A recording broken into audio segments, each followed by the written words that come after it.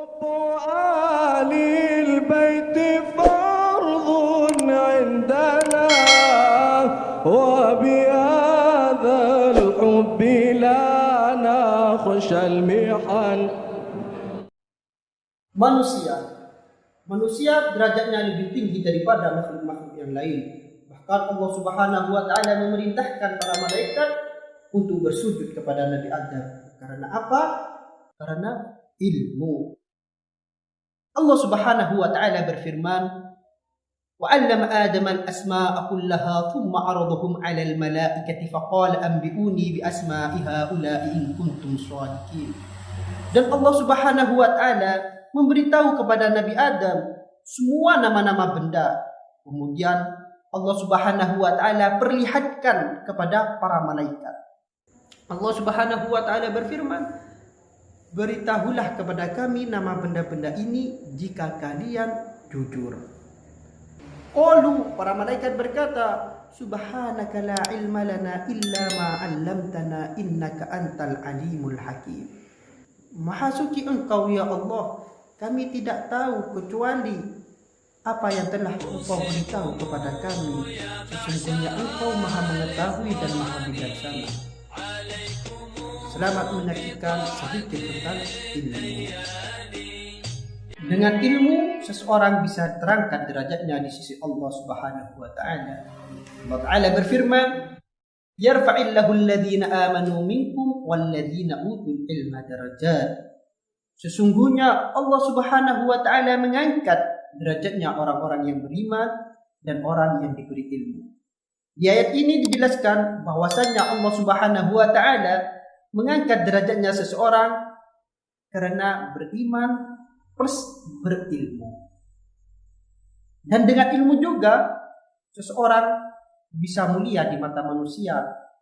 Namanya selalu dikenang, namanya selalu disebut-sebut walaupun dia telah tiada.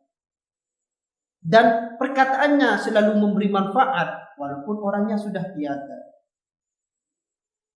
Syair berkata, "Al-jahiluna qabla al-mauti mautuhum wal 'alimuna wa in matu fa ahya'u." Orang yang tidak berilmu mati sebelum ia mati. Sedangkan orang yang berilmu walaupun ia mati tetap hidup. Maksud dari syair ini menjelaskan bahwasannya orang yang tidak berilmu adanya ataupun tiadanya sama saja, tidak bisa memberi manfaat. Sedangkan orang yang berilmu walaupun tiada, dia tetap memberi manfaat. Tahukah Anda dengan Imam Syafi'i? Imam Syafi'i meninggal tahun 204 Hijriah. Akan tetapi sampai sekarang namanya selalu dikenal. Fatwa-fatwanya dijadikan rujukan, memberi manfaat kepada seluruh makhluk, manusia, hewan, jin. Dan siapa yang tidak tahu dengan Ibnu Sina? Ibnu Sina yang ahli kedokteran dan juga ahli filsafat. Kitabnya dijadikan rujukan di Eropa lebih dari 600 tahun yang berjudul Al-Qanun fit Tibb. Walaupun beliau tiada lebih dari 900 tahun yang lalu, tapi beliau memberi manfaat kepada manusia. Tahukah Anda dengan Ibnu Khaldun? Beliau ahli sosiolog dan juga ahli politik. Bahkan pendiri Facebook memerintahkan kepada pengguna Facebook untuk membaca kitabnya Muqaddimah Ibnu Khaldun. Beliau semua walaupun tiada, tapi namanya tetap dikenal dan bisa memberi manfaat kepada orang lain. Karena apa? Ilmu. Di dalam Islam mencari ilmu ada hukumnya. Wajib. Wajib adalah apabila dikerjakan maka mendapatkan pahala, dan apabila ditinggalkan mendapatkan dosa. Mencari ilmu ada hukumnya. Yang pertama, fardu ain. Fardu ain ialah kewajiban yang harus dilakukan setiap individu, baik itu muslim maupun muslimah. Ibnu Ruslan mengatakan, "Fafarduhu ilmu sifati fardi." Maka fardu mengetahui sifat-sifatnya Allah. Bagaimana kita mau menyembah Allah kalau kita tidak tahu sifat-sifat yang kita sembah? Dan juga perkara-perkara yang diwajibkan kepada kita, seperti sholat. Bagaimana kita mau sholat kalau kita tidak tahu tata caranya sholat, maka mempelajari tata cara sholat adalah fardu ain. Dan juga mala yatimul wajib illa bihi fahuwal wajib. Apa yang kewajiban itu tidak sempurna kecuali dengannya, maka ia adalah wajib. Bingung? Contohnya seperti ini. Sholat itu wajib, sedangkan sholat itu tidak sah kecuali suci dari hadas kecil. Cara menghilangkan hadas kecil itu dengan berwudu. Maka berwudu adalah wajib. Bagaimana kita berwudu kalau tidak tahu tata caranya? Maka mempelajari tata caranya wudu adalah wajib. Seperti